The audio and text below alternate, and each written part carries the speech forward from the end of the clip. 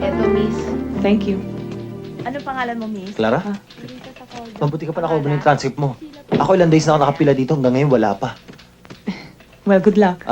Sandali. Eto, kompleto na to, ah. Saan ba lakad Excuse me, mo? ma'am. Kenneth Fernales Ano Jr. pangalan mo? Kenneth. Ba't mo tinatanong? Transcript din. Ano? Ano ka ba, investigador? Yayayain sana kita. Last time, tinurn down mo yung invitation ko. Mukha ba ako hindi mapapagkatiwalaan?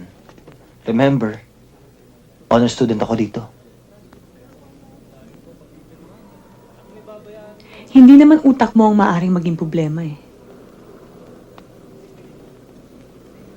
Hihintayin kita sa parking lot.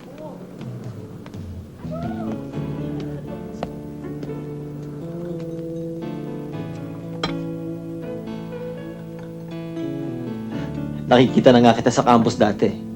Alam ko na ang pangalan mo ay Clara. But nobody knows you aside from your name. At paano tayo magkakilala? Wala nagpapakilala sa atin. Ba't ngayon ang tapang mong lumapit sa hindi mo kakilala at mag-imbita?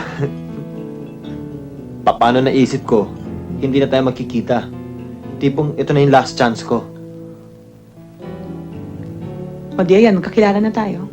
So, let's begin. Magkwento ka.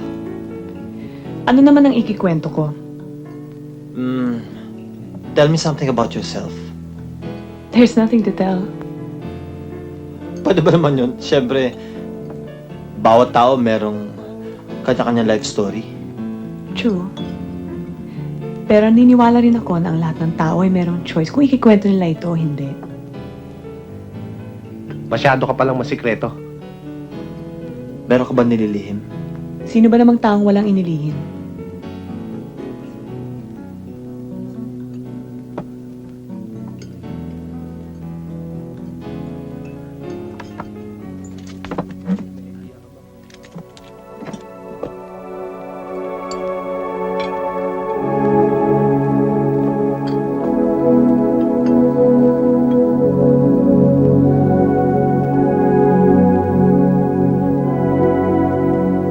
Sino yan? Ewan ko.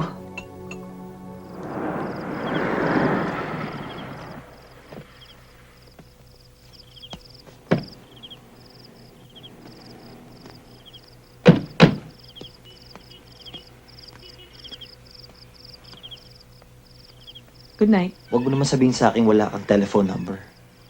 O baka naman pati yun isisekreto mo pa sa akin. Ha?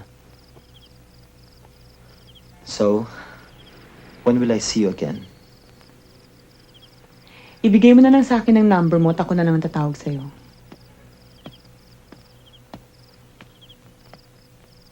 O baka naman tutol ka pa sa mga babaeng tumatawag sa lalaki.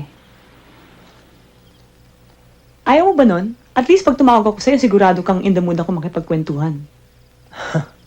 Paano kung next time ako naman ang wala sa mood? Di ikaw ang nawalan,